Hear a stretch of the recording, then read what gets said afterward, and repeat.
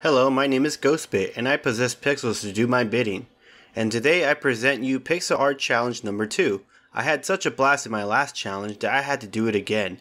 I originally wanted 300 pixel artists to participate, but everyone I asked was busy. But one did accept, and his name was Acro. My response? Challenge accepted. So the second pixel art challenge is that we take any scene from any game from the past era of gaming, like NES or SNES, and recreate it. How did we do? Let's find out.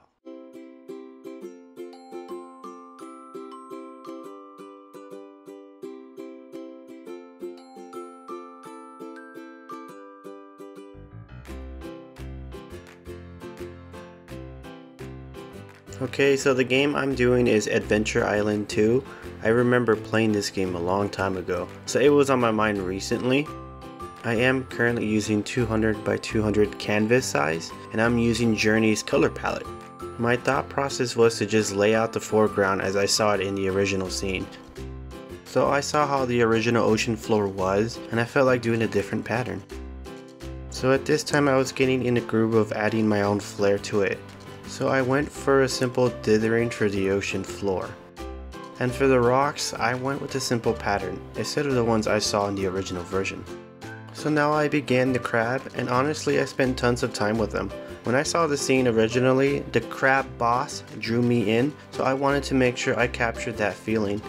And also updating him to a modern style with the best of my ability. Funny story, I totally forgot about my own challenge. Like when I saw Acro post his version on Twitter, I was like, oh shit, I forgot I needed to do that. My head wasn't in the right place that morning, but doing this art challenge was very therapeutic in some form.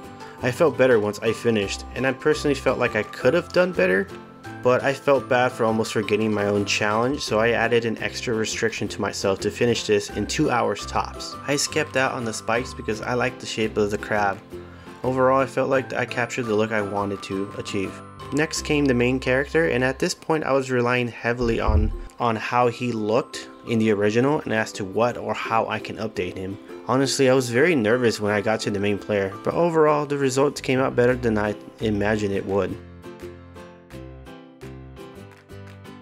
I added the bubble and then ran out of time, so I didn't have time to squeeze in his sidekick. Overall, I did okay, but the important part was I had fun doing this challenge.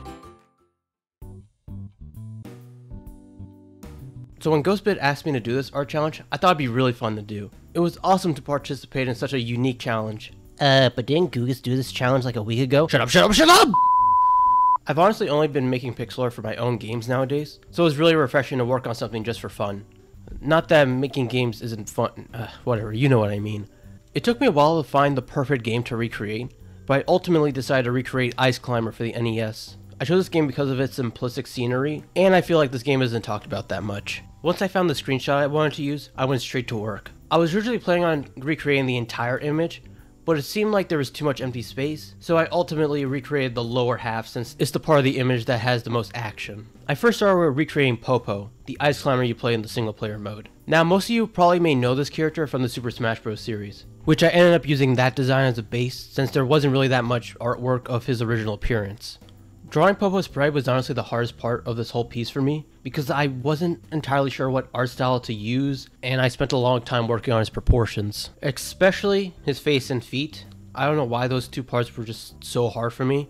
It was just really frustrating. I was honestly thinking of just doing a different screenshot, but I was really stubborn and just chose to bulldoze through it and keep messing with the design until I find something that was good enough. Which is something I'm glad I did by the end of it. After that, I started working on the two enemies. The first one was the Topi. Unlike what I did for Popo's design, I actually used the original design because the Smash design, was utter nightmare fuel. It was actually really interesting to work on Topi since the pose he was in had him in an angle. This sort of resulted in him looking less rounded in the end, but it didn't look too jarring, so I just kept it as it is. The nitpicker wasn't that hard to recreate since the original sprite actually looked pretty decent. It was just a matter of making it slightly bigger and adding more color. The final thing I worked on was the environment, which wasn't that hard to do. Is what I would be saying if it wasn't for these ice blocks. Recreating the design wasn't that hard. It almost looks identical to the original sprite actually, but it was impossible to have these blocks in the same size. And I actually am serious when I say impossible. I brought out the Windows Virtual Calculator, which is probably something you forgot even existed until now. And after crunching the numbers, it was statistically impossible to make everything even. So I said, screw it, and just made the campus bigger. But after that chaos and working on some of the background sprites, I was finally done. And honestly, I'm actually really happy with this piece, and I'm glad I did this challenge with Ghostbit.